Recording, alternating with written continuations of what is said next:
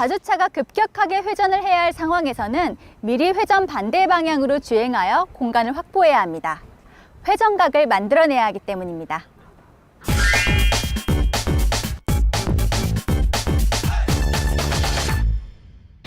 안녕하십니까. 하나고등학교 교사 정현식입니다.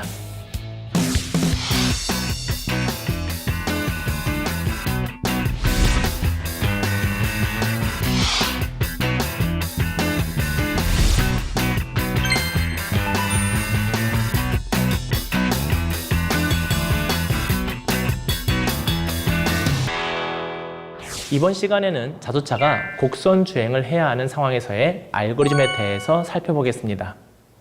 지난 시간에는 직진 주행 상황에서의 곡선 주행을 알아보았습니다.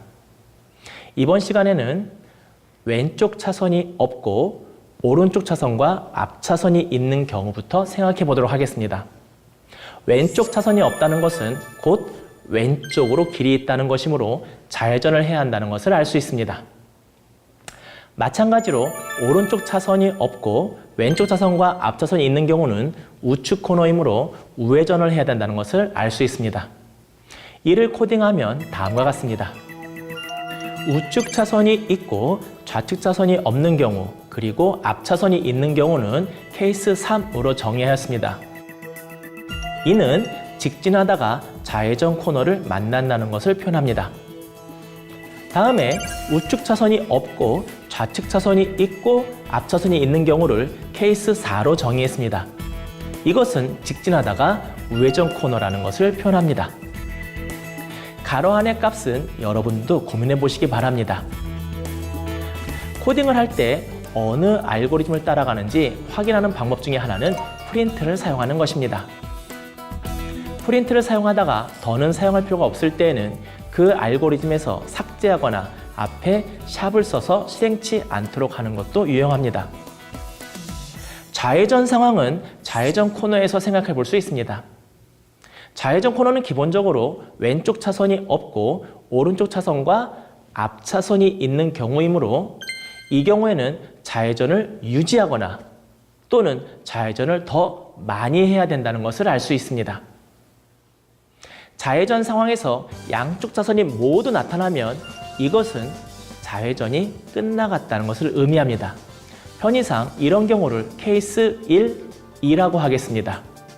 좌회전 상황에서 케이스 1, 2라는 것은 좌회전을 하고 있는데 두 개의 차선이 모두 보이게 됨을 의미합니다. 이때는 직진을 해야 할지 아니면 좌회전을 계속해야 될지 여러분이 판단하셔야 됩니다.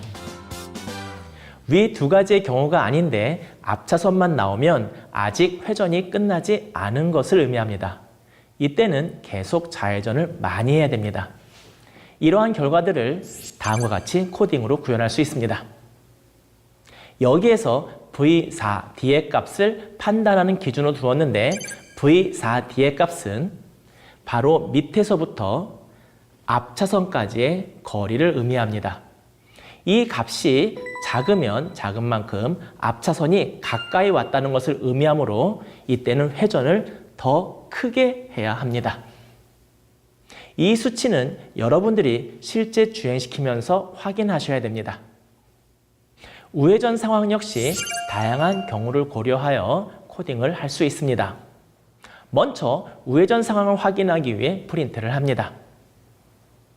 우회전은 코스 그림에서 2번과 같이 90도보다 작은 회전을 할 수도 있고 6번의 S코너처럼 90도보다 큰 회전을 해야 되는 경우가 있습니다. 이 상황을 구별하기 위해 여기서는 V4D 값을 활용하였습니다. V4D 값이 작으면 차선이 차에 가까이 와 있다는 것이므로 이 경우는 최대한 많이 우회전을 해야 합니다. 따라서 명령을 S11802로 하고 상황을 on S코너로 표현하게 됩니다. 그 밖의 경우는 우회전을 끝내는 경우이므로 다시 직진 주행을 진행하면 됩니다. 자주차 트랙에서 S코너가 있습니다. 코스 그림을 보시면 5번에서 6번, 7번으로 이어지는 주행 코스입니다. S코너는 유일하게 한 곳에 해당하므로 우회전을 많이 하다가 다시 직진 주행으로 바꾸어 주게 됩니다. 어느 경우가 지나야 직진으로 바꿔야 하는지는 여러분들이 데이터를 많이 뽑아가며 확인해야 됩니다. 본 강의에서는 H3LD 값과 H3RD 값을 고려하여 알고리즘을 만들어 보았습니다. 여러분들은 여러분들의 데이터와 여러분들의 판단으로 알고리즘을 만들어 보시기 바랍니다.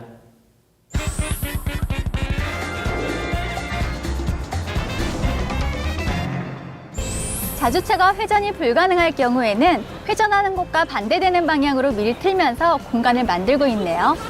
자주차가 융통성을 발휘하는 것이 정말 신기합니다.